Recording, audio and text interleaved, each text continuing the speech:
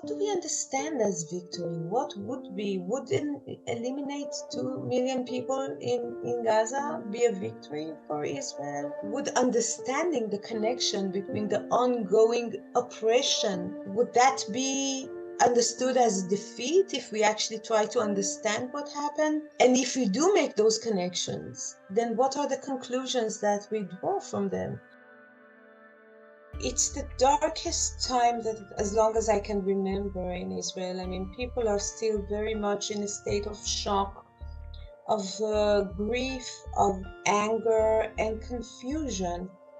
Israel is a small state, so I don't think that there is a single citizen that doesn't know either personally or through second circles somebody that has been murdered or has been kidnapped. It's almost a psychological need right now for Israelis to portray that attack as something extraordinary, not only unrelated to any historic, geopolitic, immediate context, but as something that is not even in the context of humanity. And if you even dare to suggest such a connection and to try to analyze what happened in the broader context, they immediately accuse you of justifying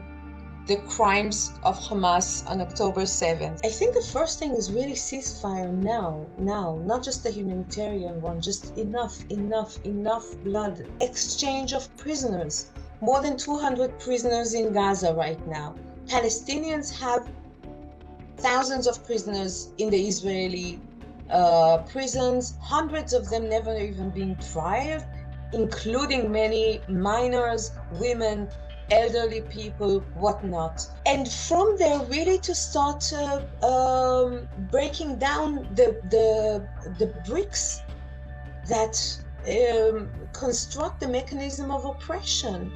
It means immediately removing the siege over Gaza. It means to cooperate with the international community, including Arab countries, to work out a plan for a thorough rehabilitation of Gaza, which was declared years ago by the UN as a place unfit for human life. It means not to see Gaza as detached from the entire Palestinian case. It's not a parallel universe. Ethnic cleansing in the West Bank is continuing, and when settlers are conducting pogroms against Palestinians, and when crazy messianic fundamentalists are provoking religious war in Al-Aqsa Mosque, evacuate the West Bank from those cells of Jewish terrorism, withdrawing the Israeli army from the West Bank, to allow the Palestinian political sphere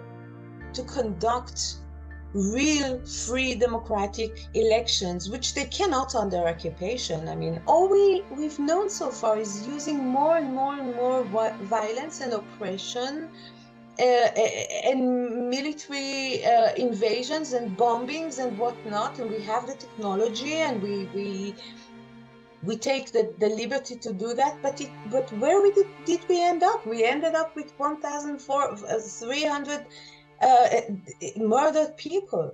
So maybe it's time to try something that we haven't tried so far, which is to really step by step breaking the mechanism of oppression and making space for both sides to actually see each other, meet each other as human beings, and working out a way to share that land.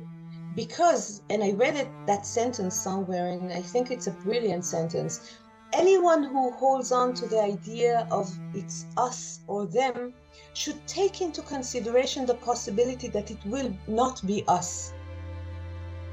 So I think it's better to accept the fact that we are sharing that land, and we should share it in justice, not in oppression.